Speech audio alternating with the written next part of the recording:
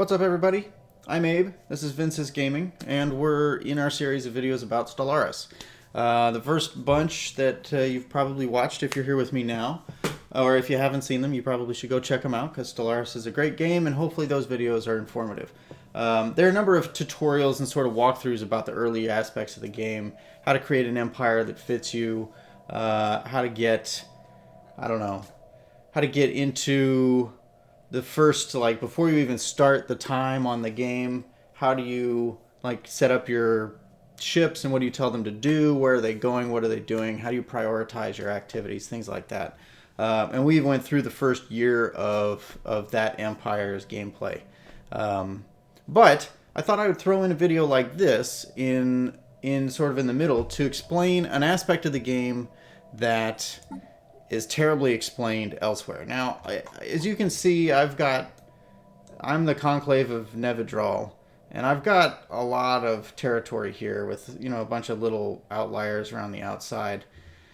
And getting to this point has earned me a lot of enemies. So, just as an example, let's say we were going to attack the Natfankin Confederacy. Just because I want to walk you through the declaration of war and what considerations you need to make for declaring war. So these people hate me. I'm like negative 2,000 with them. One thing to take note of is if they're in an alliance or a federation, that when you attack them, everyone else in that federation or in that alliance will attack you as well, or will come to their defense. So you better be sure that when you engage in some sort of aggressive action that you can support yourself against all of the forces that are coming your way. Now, the way to declare war, or if you want to say I'm looking down here and I'm like, man, they've got a lot of space and I'd like to push them out. Okay. I look here, they've got Yoman, which is right near my borders. They've got Hinajad. They've got Tazri, Hylax, and a bunch of other these systems, right? They've got a lot of resources down here, though. And, 10 energy credits out of this system alone. That's pretty great. So let's say I decide, okay, I want to clear them out and I want to take over this area of space. So how do I declare war and what does that look like? War is not as simple as just attacking somebody like it is in many of these games. So I have to communicate with this confederacy. I have to then click on the declare war, and it takes me over here. Now I have an ally of my own. They're one of my vassals. I liberated them somehow, but we'll get into that in a second. And so you can, as you attack your enemy once you've declared war, you will gain war score. So if I kill a large portion of their fleet and I come out victorious in a fight, I will get a couple points in war score. If I occupy one of their planets, I'll get a 10 or 15 point bump in war score, maybe more.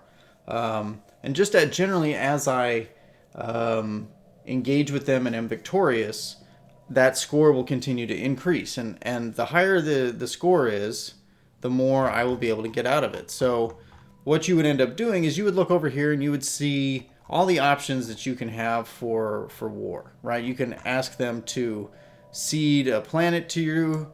You can ask them, which is basically like them just giving the planet to you. They aren't going to clear off their populations. All of their people are going to come with it. But you get that planet and you get that system, assuming that the system only has the one planet in it. So it's worth noting that some of these systems have two stars. So like this one, you have 2 planets here in the same Shipso system.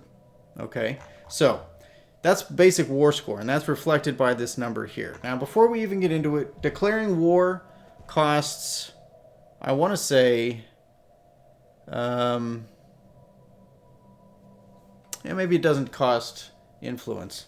But either way, so you can humiliate them, which gives you 100 influence, and it'll reduce their influence gain and happiness for 10 years, which is 360 months.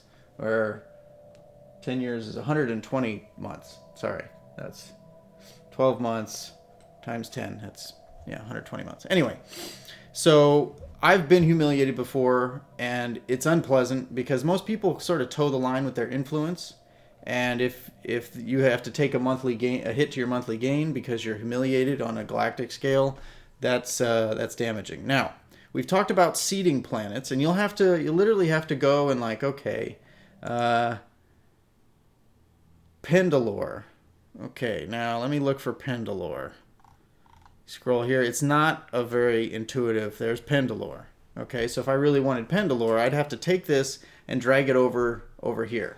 And you basically grab it and drop it on yourself. I'm the Conclave of Nevidral. Or one of your allies so that they can benefit from it, right? So if by my winning, I want my vassals to be better, or if I want them to feel good and have positive relations with me, I would cede them this planet or give them things that come out of this war instead of them just fighting my war for me. As I played this specific game, I didn't give anybody anything because nobody would ally with me, and I'll tell you why in a second. But so ceding the planet is an option. Now you can liberate a planet, which gives quote-unquote independence, and all planets that are liberated in a war will form a new empire with the same ethos as the liberator. So even though Pendalore, as an example, is a part of the Natfankin Confederacy, and all of their people that live there currently, all the population is in their own sort of ethic. If I were to come through and select Liberate Planet, then they would switch to my ethos and be their own empire. They wouldn't join my empire. It doesn't matter where they're located. They would not be a part of my empire, but they would be very friendly to me because they'd share the exact same ethics as I do. So liberating a planet is an option. Once you get through liberating a planet, then you can cleanse a planet. Now, cleansing a planet generally means that they have to remove their colony from it. Generally, it also means that they will kill all of the population on that colony. This is how you get to negative 2,000 relations with your neighbors or with anybody.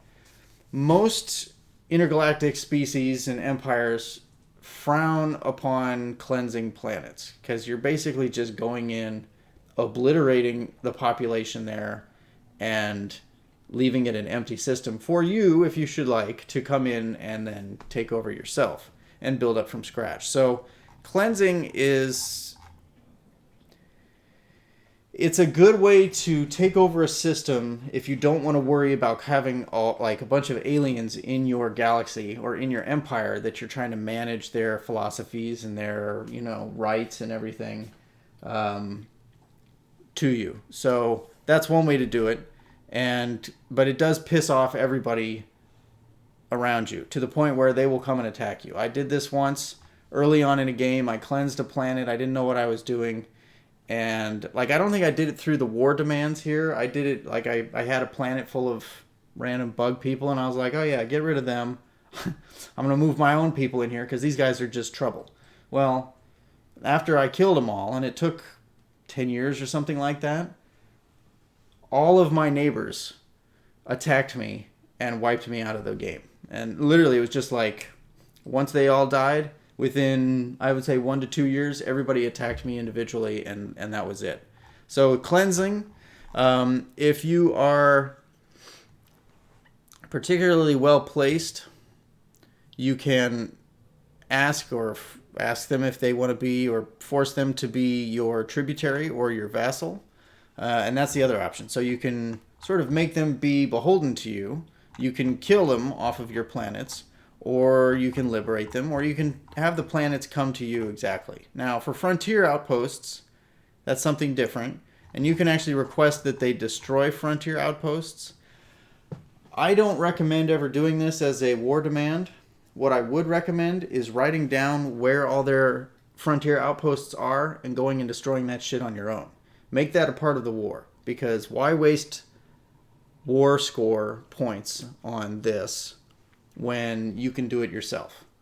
That's my philosophy, and I don't know if that's widely held, as I don't read a lot of boards on this game, but that's my take on it. So you'll notice that there are X's next to a lot of these. So the things that influence whether you are going to be able to or not to liberate or cede or whatever, or do whatever you want here, is dictated by your, basically your race and your policies and your edicts. So the red X means that nobody over here can have this planet ceded to them.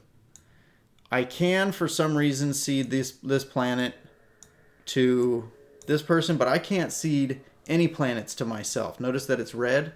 Well, that's what it means. So you notice how this war score keeps going up? So I'm still ceding planets to this person here. I'll give it to him. And then watch this button here. Boop, notice how it grays out when the war score goes over 100? You can only have 100 war score. So no matter how soundly you beat somebody in war, you can only accomplish what your war demands are. Now there's all kinds of research options that can decrease the impact, decrease the war score cost of various things. But yeah, it's important to realize that you're limited in what you can do. And you're limited in that way by the war score, and you're also limited in these policies. So your war philosophy, this dictates how you can approach armed conflict, it says. Because of my philosophies, I am a pacifist. If you hover over these, they'll tell you what it influences. So, no, hey, that's enough. So, as a pacifist, I can't just go around and start unrestricted wars with people, right? As a spiritualist, I can't use AI.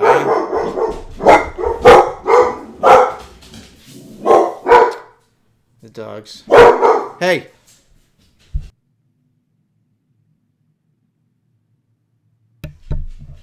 Alright, I think that's it. Yeah, I know. I think the delivery guy is come and gone. Now, by being a xenophobe, this allows me to purge and displace aliens and enslave them. Okay, so these choices of governing ethics, this is how it plays out. That when I go to declare war, I can't, as an unrestricted war, I can use all war goals, right? But I don't have that open to me because I'm a pacifist. Now, I can do liberation wars or defensive wars, right? Obviously, I can defend myself. But by doing this, conquest war goals can only be used against previously owned planets and planets whose dominant species is the same as the conqueror. So that's why I can't cede a planet to myself. That's why I can only liberate or cleanse planets. Now, it seems strange to be a pacifist, and then when you take over planets using war, that you can then purge them or enslave them, right? So I've got this like displacement only. I say it's not our responsibility to see to the needs of those who would undermine the foundations of our society. Let them find their homes outside our borders. So I've got it set here to displacement only, but if it was allowed, I could just kill all the populations on a given planet, right? So if I don't, for whatever reason, right? So these are the things that affect every aspect of the game. So if you're trying to declare war and you can't figure out why you're unable to do something, it's largely driven by the policies and edicts that are based off of your governing ethics. Okay? Now, as you get through the game, you can change these, right? So if you get, I don't know if you remember seeing a lot of this stuff. Let me shrink all of these just so it's easier to navigate. So throughout the game, you'll end up picking up factions. Now, if I really like this faction, or let's pick the happy faction. They're really happy. All right, so let's say I want them and their ethos to be, I don't know, to take over to sort of influence my main government and my main system so that I can, wage wars as I see fit or whatever it is that I want to do. This would be a way to do it. So I can manage that faction and embrace it, and it will permanently change our governing ethics. So these are things that you need to know. This is a quick look at declaring war and what all goes into it. But yeah, it's important to know that, like, also, you see this green this green guy here? I've attacked him countless times and took over this region of space from him. Or her, I don't know. But I never have the option to cleanse their home world. So I don't know if I have to get them down to one. Like, let's try this. Let's see here. No, I don't need to look at it. Oh, yeah, I guess I can see. Yeah, so I see their strength there, but all right. So let's go find them. So they're the Council of Derbatur, or whatever. I'll communicate with them. I'll declare war with them. And because they're in an alliance, you'll notice that there are a bunch of planets here that they obviously don't control. It's because you can dictate victory scenarios and make war demands of the other alliance members as well by declaring war on this group here, because they're all involved. So I need to find Derbatur. That's a terrible name. Derbatur in Derbatur. Yeah. All right. So I see this here. So this is a seed planet. I'm going to need to cleanse. And I'm not seeing it. Yeah, it's not there. So maybe I need to liberate it. Yeah. So let's see. Here's their city. Waxop Haxazab. These names are terrible. So I can liberate them, or I can cede them to my vassal here. So I guess that's one way to get rid of them entirely. But anyway, it's worth noting that since I can't seed and I can't like do certain things, it really limits how you deal with your enemies. So it further emphasizes the point that I made early on about picking your government ethics, knowing as much as you can about how that'll impact your game. So keep that in mind. We'll get more into declaring war once we get into it with our long run game. And if you have any questions, by all means, hit me up in the comments. Share with your friends. And if you get a great multiplayer game going with your buddies, tell me about it. It'd be really interesting. I get a kick out of these things, and it just seems like such a long game to play multiplayer online that it's got to be quite the experience. So maybe we can write a little article on it on errantgamer.com. So anyway, thanks for watching. I appreciate you being here, and hopefully this helped. If it didn't, let me know how it can be better, and we'll go from there. So I'm just getting into Stellaris, and this is a new thing, and I'm kind of getting my legs under me. So thanks for bearing with me, and I will catch you in the next video.